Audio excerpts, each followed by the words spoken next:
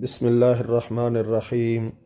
رمضان کا بابرکت مہینہ ہمارے اوپر سایہ فگن ہونے والا ہے۔ اس ماہ مبارک کا استقبال بھی اس کے شیان شان ہونا چاہیے۔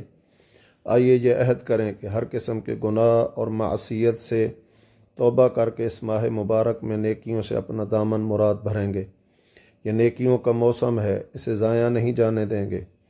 یہ ماہ قرآن ہے، خوب کلام اللہ کی تلاوت کریں گے۔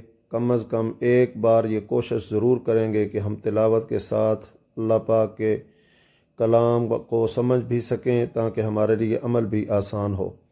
صحابہ کرام اس ماہ کے استقبال کے لیے یہ اہتمام کرتے تھے کہ اپنے دلوں کا جائزہ لیتے تھے، کسی کے لیے دل میں کوئی کینہ نہیں رکھتے تھے۔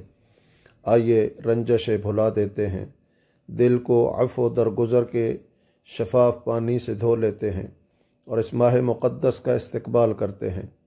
اس مہینے میں ہم اللہ کے لیے روزہ رکھتے ہیں جس کا بدلہ اللہ ہی دے گا۔ آئیے بقیہ اعمال بھی اللہ کے لیے ہی انجام دیں۔ حقوق اللہ کے ساتھ حقوق العباد کا دھیان رکھیں، پڑوسیوں کے حقوق ادا کریں، رشتہ داروں کا خیال رکھیں۔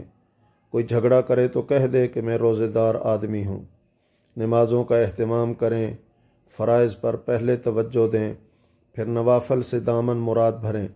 ہمارے ایک ایک حرکت سے لگے کہ عظیم ترین مہینے سے گزرے ہیں۔ اس مہینے میں عمرہ کی خصوصی فضیلت ہے، عمرہ پر حج کا ثواب ملتا ہے۔ ممکن ہو تو عمرہ کا ارادہ کریں۔ شب قدر اسی مہینے کے آخری عشرے کی طاق راتوں میں ہے۔ ابھی سے کچھ ایسی محنت کریں کہ شب قدر میں محنتیں آسان ہو جائیں اور ہم فضل عظیم سے شاد کام ہو سکیں، ایک ایسی شب سے فیضیاب ہو سکیں جو 1000 مہینوں سے بہتر ہے۔ اس مہینے میں اللہ کے نبی صلی اللہ علیہ وسلم تیز ہوا سے زیادہ خیر خرچ کرتے تھے۔ سخاوت مومنوں کا شیوہ ہے۔ رمضان المبارک اس مہینے میں اپنی مومنانہ شان بڑھانے کی کوشش کریں۔ دعا کریں کہ اللہ تعالی ہمیں ماہ رمضان المبارک تک پہنچائے اور اس کی برکتوں سے مالا مال ہونے کی توفیق دے۔ آمین، اللہم آمین۔